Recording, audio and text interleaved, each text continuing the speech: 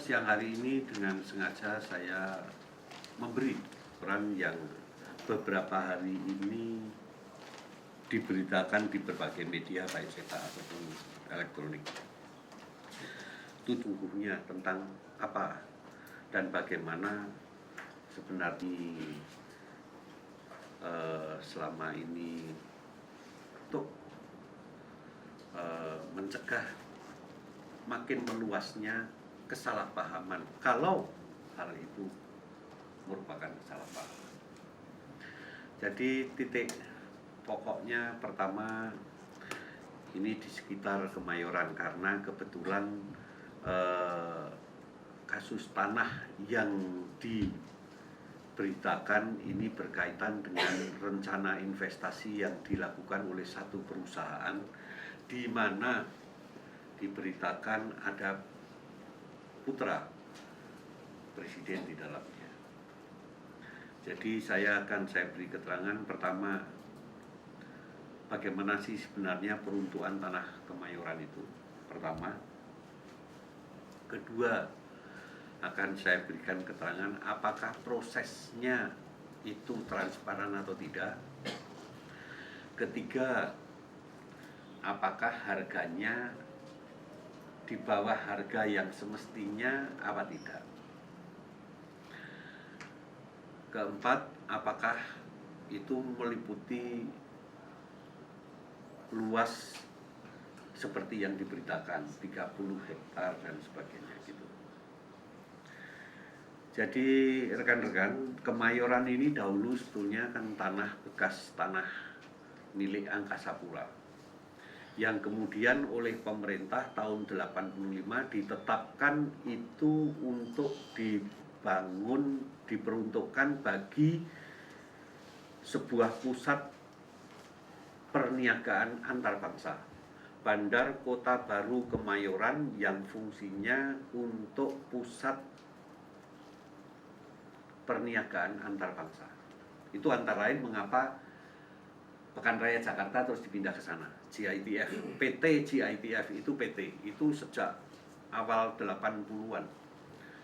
Oh maaf, awal 90-an, bukan 80-an. Saya salah. Sesuai dengan tujuan itu, maka peruntukan tanahnya ditetapkan dalam suatu rencana umum tata ruang yang ditetapkan oleh Gubernur DKI. Jadi alokasinya juga alokasi ada untuk daerah, alokasi untuk kegiatan niaga, untuk informasi niaga, makanya di sana akan ada dibangun mega glodok dan sebagainya, ya memang tempatnya diarahkan begitu. Ada Jakarta Fair karena memang itu untuk informasi niaga. Tetapi juga perkantoran niaga. Jadi di sekitar itu. Memang bagaimanapun juga ada beberapa sesuai dengan tata ruang dan norma-norma pembangunan. Daerah hijau juga ditetapkan di dalam daerah ruang itu. Tetapi sebagaimana lazimnya para dunia usaha kegiatannya juga mungkin memerlukan rekreasi, maka ada juga dirancang tempat untuk golf dan sebagainya. Apartemen bagi pengusaha-pengusaha yang datang pergi seperti itu juga dirancang, dialokasikan ruangnya. Atas dasar itu pula maka upaya untuk mengundang para investor itu dilakukan. Jadi memang mereka diundang. Mereka memang didorong untuk melakukan investasi. Jadi ini juga satu hal yang perlu jangan sampai kita keliru di dalam pemahaman bahwa justru perusahaan-perusahaan yang mau berinvestasi itu diundang dan didorong. Jadi bukan kok karena ada kaitan dagang terus kita curiga terus kemudian ini kita beri tanah gitu, bukan begitu. Jadi karena mereka memang diundang. Sekarang bagaimana cara perolehan tanahnya? Ini juga ditempuh selalu dengan penilaian apakah mereka mempunyai rencana apa tidak. Rencana investasi, rencana usaha, dan jenis kegiatan usahanya mereka kira-kira akan cocok dengan alokasi-alokasi tanah itu apa tidak. Demikian pula cara kemudian perolehannya, kalau itu datang begitu banyak peminat ya kemudian mereka harus dilelang, tapi harus mengajukan juga rencananya. Jadi kadangkala mereka ikut lelang, pura-puranya menawarkan tinggi tetapi ternyata tidak mengajukan bidang usaha yang cocok seperti yang dikehendaki, bukan bidang usaha. Dan hal seperti ini menjadi pengalaman bagi direksi pelaksana Pak Muiz ini, bahwa dalam banyak kesempatan ternyata mereka itu juga banyak menginginkan perolehan tanah tetapi kemudian untuk spekulasi, untuk dijual kembali, dan hal yang seperti ini seberapapun tingginya juga itu diabaikan. Namun bukan berarti terus kemudian kalau untuk kegiatan usaha itu nawarkan rendah akan diterima, juga tidak demikian. Semua ada catatannya dan nanti saya akan mempersilahkan Pak Muiz untuk menjelaskan kalau perlu. Tetapi karena kasus ini sudah sebetulnya bukan kasus, masalah rencana pembangunan bandar kota baru Kemayoran, pusat perniagaan antar bangsa ini sudah sejak tahun 85-an. Mestinya banyak sekali persoalan-persoalan yang sudah terjadi, khusus untuk kaitannya dengan PT Teda Pratama Persada Nusantara. Itu nanti kita akan khusus di sini. Mereka menawarkan satu rencana investasi bersama partner mereka. Perusahaan itu datang memang menawarkan saham mereka juga, mereka untuk rencana itu mereka juga mengajak beberapa partner, dan dari RRC juga partnernya. Total investasi yang dia rancang 1,3 triliun. Jadi begini rekan-rekan, tolong diamati dengan jernih bahwa ini perusahaan ini datang membawa uang untuk investasi. Dan bagi saya sendiri, ini kalau seandainya dapat segera melakukan pekerjaannya, dunia konstruksi ini dunia yang sangat haus dengan lapangan pekerjaan, dan ini berarti memberi lapangan pekerjaan yang banyak gitu. Itu sebabnya saya juga memberi dorongan kepada beliau Pak Muiz ini, direktur pelaksananya, untuk malah mengundang investor yang bisa dan cepat mau mengimplementasikan rencananya. Karena bagaimana juga kalau kegiatan pembangunan itu berlangsung, terutama di konstruksinya, itu begitu banyak lapangan kerja yang akan terbuka. Ada beberapa, setelah berdasarkan studi yang mereka susun sendiri, rencananya beberapa rencana kegiatan terutama untuk pusat niaga yang akan mereka buat. Jadi ini juga begini, jangan dikacaukan dengan istilah membangun kota Cina atau bagaimana, bukan gitu. Karena investornya dari RRC ya dengan sendirinya Cina, tetapi masalahnya juga ini bagi saya sebetulnya tidak menjadi persoalan.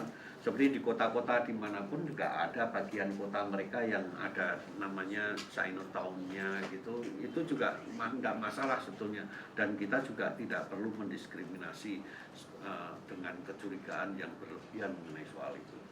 Tetapi yang saya inginkan, jangan sampai reaksi kita itu malah kemudian mendiscourage investor yang sudah sebetulnya mau masuk gitu.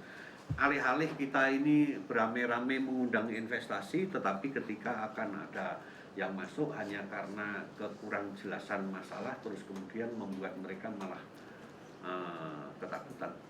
Ini yang penting. Berapa luasnya?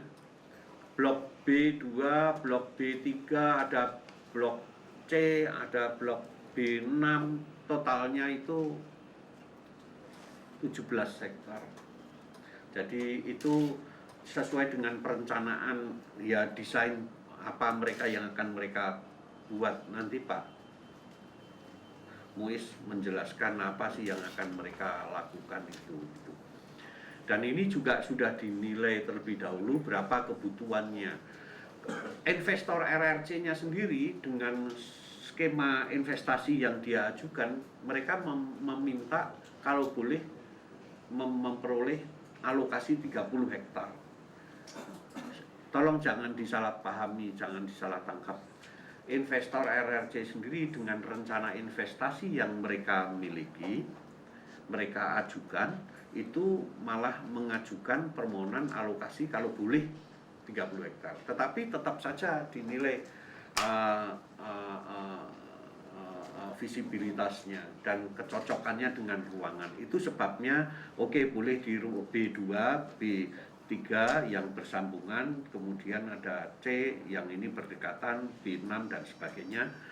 Ini yang totalnya masing-masing 7, sekian, ada yang 7, sekian, ada yang 3 hektar gitu. Totalnya semua itu 17. Jadi pertama-tama saya ingin saya jernihkan, bukan tidak ada isu 30 hektar itu. Yang ada itu sampai saat ini itu dengan hasil negosiasi karena diteken aja juga belum. Dan ini mudah-mudahan kalau bapak-bapak, saudara-saudara, adik-adik semua jadi gegeran terus ya malah tidak jadi lagi gitu. Nah ini yang saya mohon hati-hati betul kita, jangan saya sering kepada rekan-rekan, kenapa tidak ditanyakan langsung terlebih dahulu gitu. Ini hal-hal seperti ini saya mohonkan betul-betul. Nah, bagaimana cara perolehannya? Cara perolehannya sama. Perolehannya itu juga seperti itu,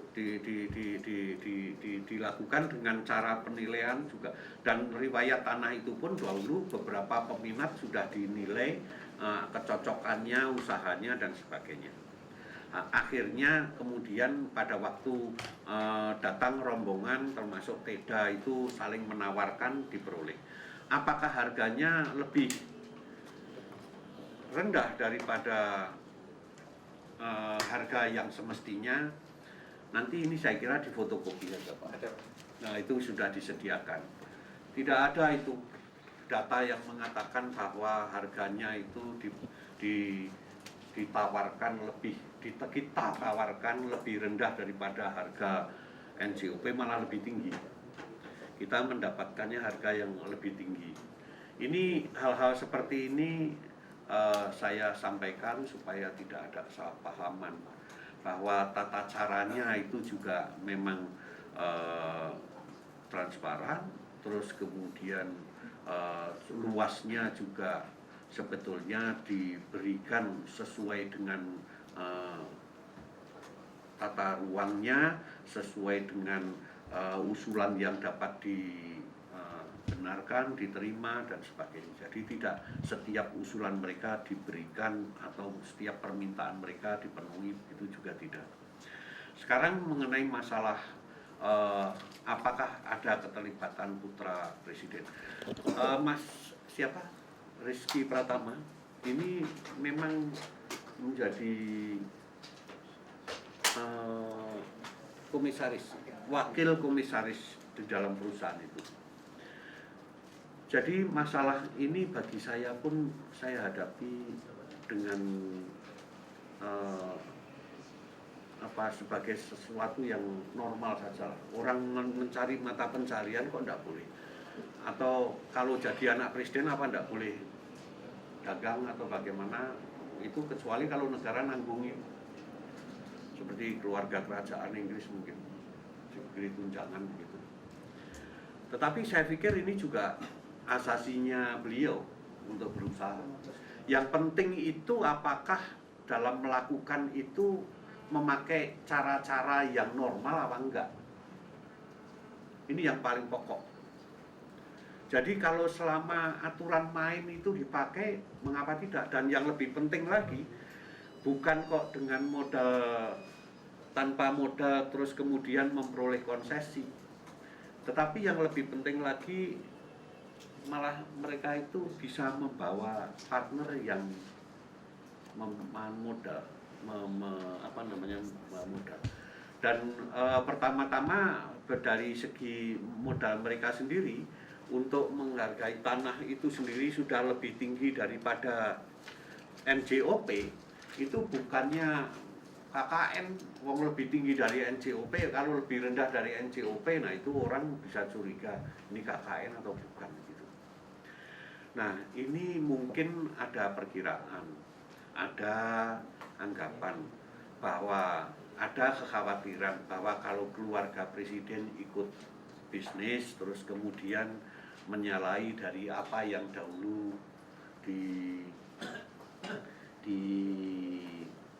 diikrarkan oleh Presiden Megawati sendiri sewaktu beliau berpidato 17 Agustus tahun 2001. Tetapi hati-hati loh, pidato beliau dibaca betul-betul. Beliau tidak mengatakan melarang keluarga saya berbisnis, bukan begitu. Melarang keluarga saya melakukan praktek-praktek KKN seperti di masa lalu. Saya malah karena hal ini saya pikir jangan-jangan itu yang menjadi pemikiran, saya bacakan saja. Tadi saya siapkan malahan. Ini pidato di DPR 16 Agustus 2001. Dalam hubungan ini, izinkanlah saya dengan rendah hati melaporkan kepada sidang yang mulia ini bahwa secara pribadi saya telah mengumpulkan seluruh keluarga dekat saya dan meminta kepada mereka untuk sungguh-sungguh berjanji agar jangan membuka peluang sedikit pun bagi terulangnya KKN tersebut di kalangan keluarga saya. Jadi jangan kok keluarga saya berbisnis gitu. Tetapi kalau bisnis, mengapa enggak? Kita saja, menurut pandangan saya, boleh saja. Keluar putranya Pak Harto dahulu, putranya Pak Hamzahas sekarang ini juga boleh. Tapi yang penting semua harus diberlaku dan dilakukan sesuai dengan aturan yang berlaku, dengan norma yang berlaku. Ini yang penting saya kira. Jadi kita juga